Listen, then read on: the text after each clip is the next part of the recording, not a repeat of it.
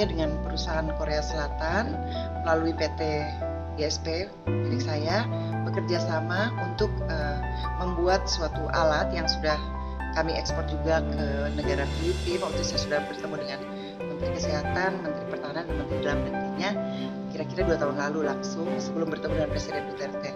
Jadi memang kita memproduksi alat untuk mendeteksi 8 jenis narkoba. Tadinya 7 tapi atas permintaan BNN kemudian dimodifikasi karena kita ketahui keadaan negara kita adalah darurat narkoba dan ini sangat membahayakan bagi generasi muda.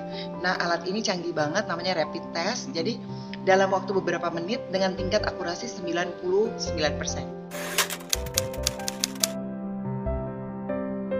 Ya, karena saya merasa prihatin terhadap anak bangsa yang jatuh karena narkoba. Kadang-kadang karena tidak tahu, kadang-kadang alasan klise, misalnya aduh saya cepet capek, saya harus staminanya kuat. Nah kalau begitu lakukanlah kedokteran anti-aging, terus tidak semuanya mahal ya. Tapi banyak yang tidak menyadari hal tersebut dan perlu menyadarkan, dan kebetulan salah satu anggota keluarga besar ya, keluarga jauh juga menjadi salah satu korban.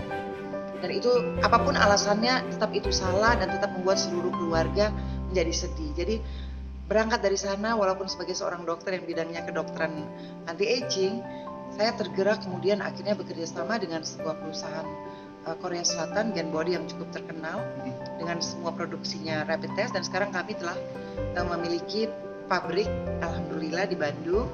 Kemudian ada izin Badan POM, izin edarnya juga sudah keluar, dan kami terus berkonsultasi dengan BNN. Jadi selalu dimodifikasi apa yang lagi tren. Jadi dulu 7, sekarang sudah menjadi 8. Jadi memenuhi syarat untuk direkomendasikan oleh Badan Narkotik Nasional. Karena ini adalah masalah kedaruratan. Bukan hanya Indonesia sih, beberapa negara juga. Karena mengancam masa depan bangsa. Alatnya kecil sekali. Suatu hari saya bisa peragakan. Jadi nanti kita bisa pakai urin.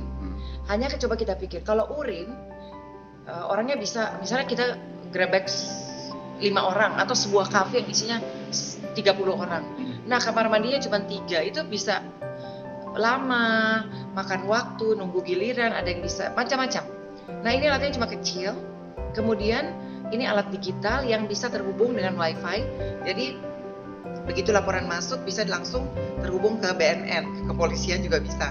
Nah di situ kita memakai air liur, bisa urin, bisa air liur, dan hanya dalam waktu 60 detik, 2 menit sampai 3 menit itu hasilnya sudah kelihatan jenis apa. Dari 8 ini, ya kalau positif 8 ya 8-nya positif. Kadang-kadang hanya 1 yang positif. Dan sudah diuji akurasinya yaitu 99%.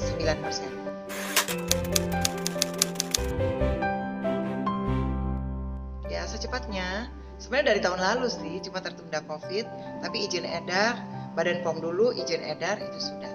Kalau ujinya ya sudah tentu, karena sudah diekspor ke banyak negara.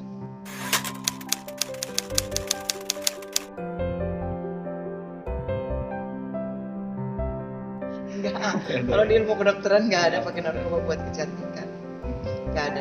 Apalagi di kedokteran anti-aging, harus semua yang sesuai dengan fisiologis manusia yang diciptakan oleh Allah. Jadi saya senang sebenarnya ilmu kedokteran anti-aging medicine regeneratif, karena hal-hal baik yang diajarkan, apa yang sudah diberikan Allah itu kita pelihara. Jadi nggak ada yang menyimpang dengan memakai zat adiktif, itu tidak ada. Jadi sebenarnya ilmu itu salah. Salah ya, kan? Salah, sangat salah.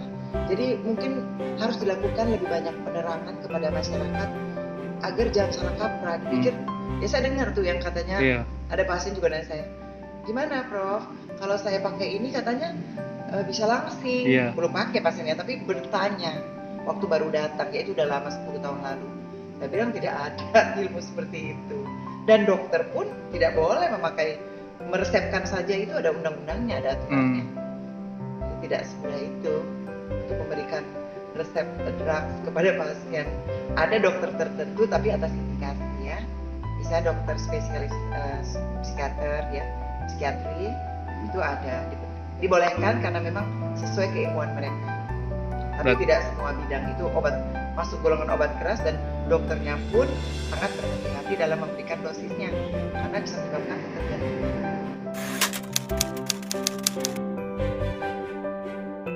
narkoba itu bisa merusak kulit, merusak generasi, merusak otak. Jadi generasi bangsa kita kan dulu ada namanya perang candu. Jadi mengattack negara lain dengan memberikan zat-zat adiktif. Akhirnya negaranya turun, ya bebas berkuasa di negara tersebut.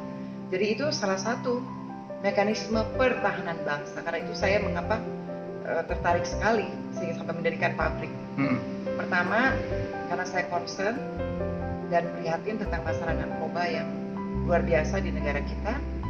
Kemudian yang kedua, saya ingin negara Indonesia menjadi negara dengan ekonomi yang hebat dan tidak dihancurkan oleh hal seperti itu. Karena adiksi itu berarti kenapa mereka suka? Karena menyenangkan rasanya pada awalnya.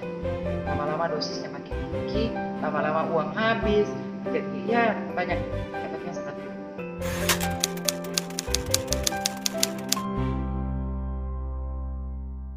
Iya, pesan saya pada generasi muda, pada para orang tua, kemudian kita ini harus hati-hati karena bahaya narkoba ada di mana-mana.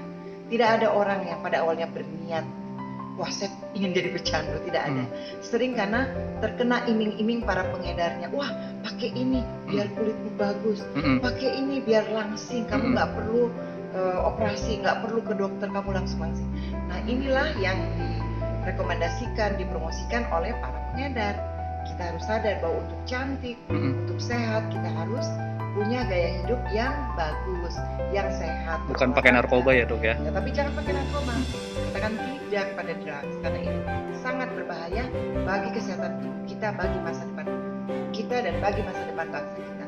Bukannya cantik, malah nanti jadi premature aging, cepat tua, kemudian otaknya nanti jadi Alzheimer, terjadi gangguan kejiwaan. Jadi sangat merugikan. Jadi jangan pakai narkoba.